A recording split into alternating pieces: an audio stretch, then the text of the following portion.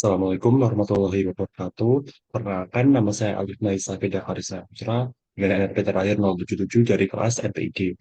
Pada sesi presentasi kali ini, saya akan menyampaikan topik materi dari mata kuliah metode pengukuran instrumen dengan topik mata kuliah mass spectrometry atau MS.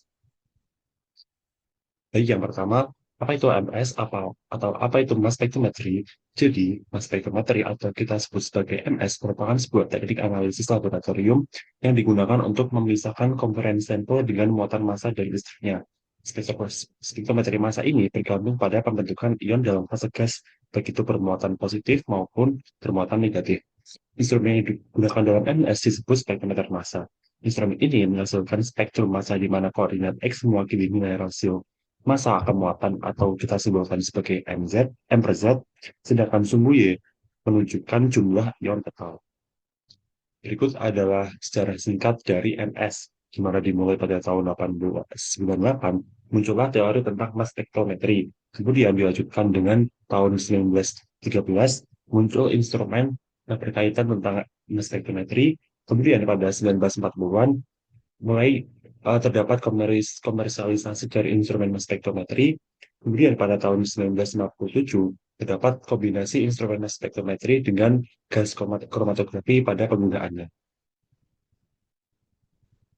Nah, selanjutnya kita akan masuk ke soft ionization technique, di mana soft ionization technique merupakan sebuah metode ionisasi yang menghasilkan ion dengan energi yang rendah, sehingga hal ini akan mengurangi fragmentasi molekul yang terbentuk dan memungkinkan deteksi ion molekul secara utuh. Dalam MS, terdapat sumber ion yang berfungsi sebagai gerbang untuk menghasilkan spesies bermuatan sebelum masuk ke bagian analyzer atau mass analyzer dan detektor. Salah satu metode ionisasi tradisional adalah electron ionization atau EI yang menggunakan berkas elektron berenergi tinggi untuk mengionisasi sampel dalam fase gas di bawah kondisi vakum.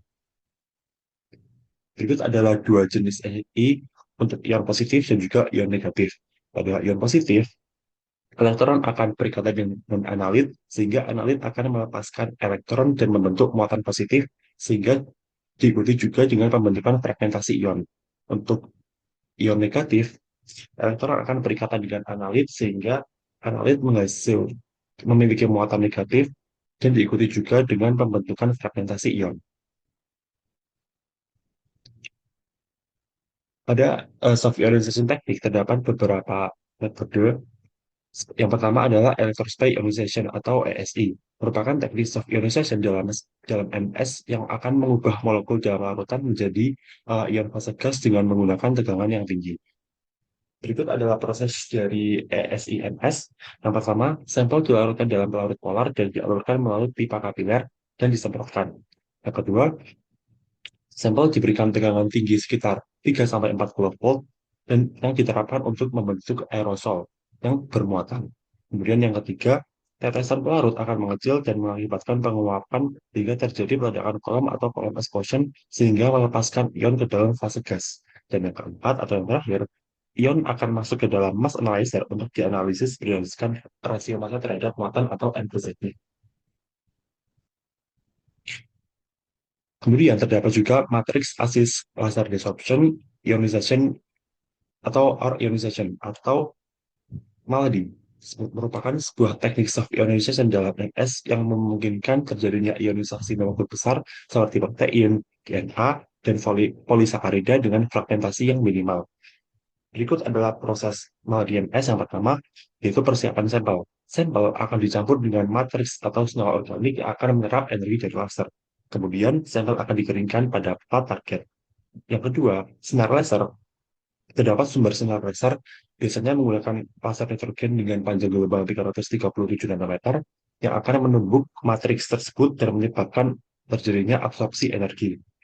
Kemudian yang ketiga, matriks akan menguap dan akan mentransfer energi ke molekul sampel sehingga akan mengionisasi sampel tanpa menyebabkan fragmentasi yang berlebih.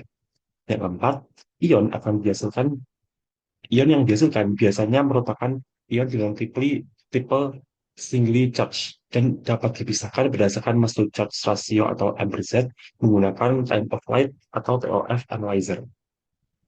Berikut adalah perbandingan soft ionization technique ESI versus MALDI. Jadi dari empat aspek, yang pertama adalah aspek ionisasi. Pada ESI, ionisasi menggunakan tegangan yang tinggi, sedangkan pada MALDI, ionisasi dilakukan menggunakan sinar laser. Seperti yang saya jelaskan tadi, sinar laser yang digunakan biasanya merupakan sinar laser detergen dengan panjang gelombang 337 nanometer. Kemudian dari segi jenis sampel, untuk XI biasanya sampel yang digunakan merupakan senyawa polar, protein, peptida, dan biomolekul dalam bentuk larutan. Untuk maladi sendiri, jenis sampel yang dipakai biasanya merupakan protein, peptida, DNA, dan polisakarida dalam bentuk yang padat. Kemudian untuk ion yang dihasilkan dalam ESI, ion yang dihasilkan merupakan ion dengan tipe multiply charge ion, sedangkan pada maladi, ion yang dihasilkan merupakan singly charge ion. Kemudian dari segi pembentukan fragmentasi molekul, untuk PSI biasanya terjadi fragmentasi akibat energi yang diterima molekul selama proses ionisasi. Sedangkan pada vanadin, itu minim terjadi pembentukan fragmentasi karena transfer energi dilakukan oleh matriks.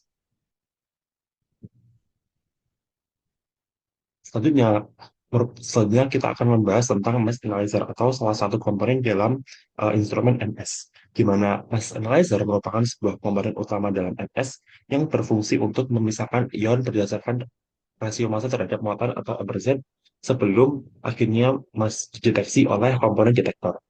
Nah, pemisahan ini dilakukan melalui berbagai metode seperti medan listrik dan magnetik, seperti medan listrik dan juga magnetik.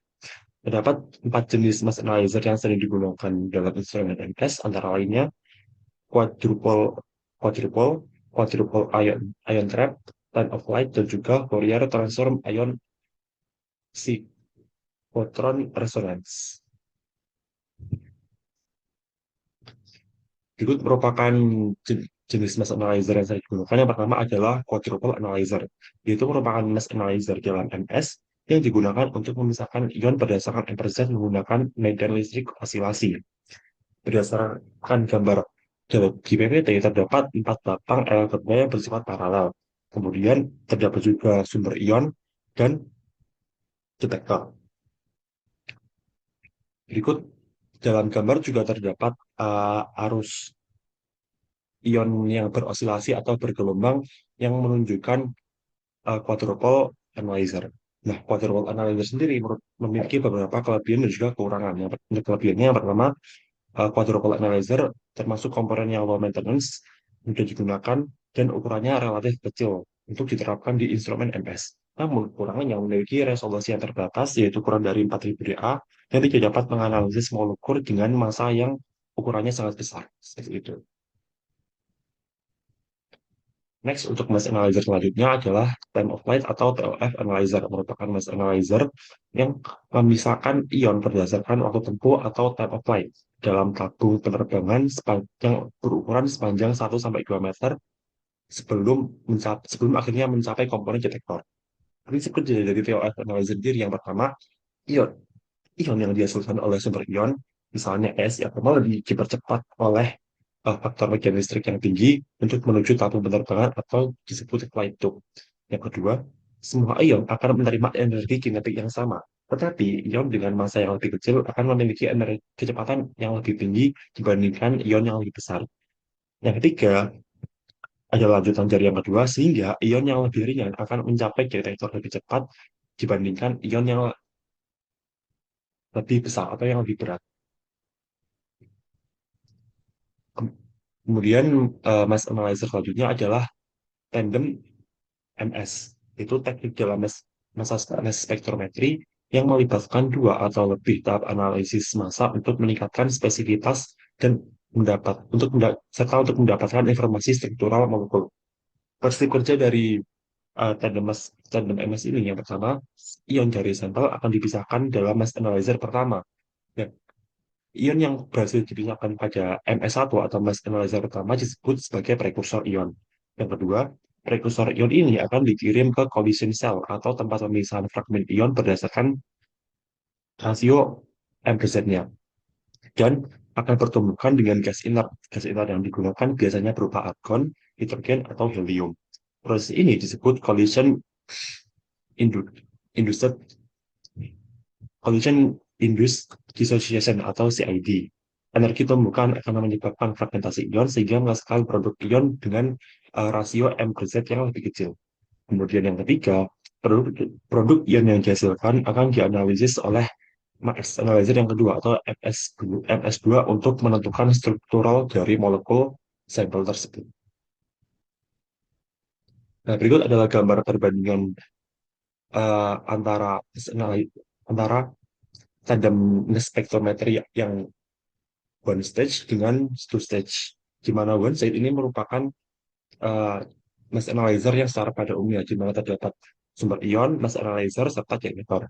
Kemudian yang two stage ini menggambarkan tandem tandem MS, di mana terdapat sumber ion, mass analyzer yang pertama, kemudian akan terjadi disosiasi ion, kemudian disosi, disosiasi ion ini akan masuk ke mass analyzer yang kedua, kemudian baru lanjut ke generator. Untuk mass analyzer yang terakhir, terdapat hybrid quadruple orthogonal time of flight mass spectrometry atau QTOF, merupakan mass analyzer hibrida yang menggabungkan selektivitas dari quadruple dengan resolusi yang tinggi dari time of flight. Teknologi ini merupakan gabungan dari quadruple mass analyzer dan juga time of flight mass analyzer. Kemudian, penggabungan dari kedua teknologi ini memungkinkan analisis mendalam terhadap molekul kompleks dengan akurasi massa yang tinggi serta deteksi fragmentasi molekul dalam MS per MS atau tandem MS. Berikut adalah prinsip kerja dari QTOF. Yang pertama adalah pada komponen quadrupole atau Q1, yang dimana quadrupole berfungsi sebagai filter ion, di mana filter ion ini akan memilih ion prekursor berdasarkan rasio M per Z tertentu. Quadrupole ini juga memungkinkan pemilihan ion yang spesifik untuk tandem MS. Setelah quadrupole atau Q1, lanjut ke collision cell atau Q2, di mana ion prekursor dari quadrupole akan mengalami fragmentasi dengan tumbukan gas inert berupa argon atau nitrogen, yang akan menghasilkan bentuk ion dengan merepresentasikan fragmen molekul. Setelah itu akan lanjut ke komponen time of flight mass analyzer, di mana time of flight akan menganalisis fragmen berdasarkan waktu tempuh dalam tabung penerbangan sepanjang 1 sampai 2 meter, yang dimana ion dengan massa yang lebih kecil akan mencapai diameter lebih cepat dibandingkan ion dengan massa yang lebih berat. Setelah itu adalah uh, yang keempat, yaitu deteksi dan analisis data. Ion yang mencapai generator akan diolah data, data spektrum data spektrum fragmen untuk digunakan untuk penentuan struktur molekulnya. Kemudian, resolusi tinggi dari TOF juga memungkinkan identifikasi presisi tinggi terhadap senyawa.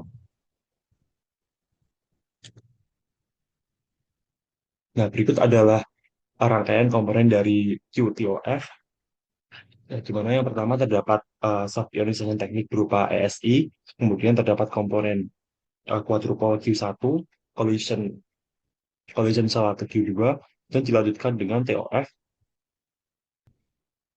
Mungkin sekian yang dapat saya sampaikan terkait topik mass spectrometry atau MS. Kurang lebihnya mohon maaf apabila terdapat salah kata dan sebagainya.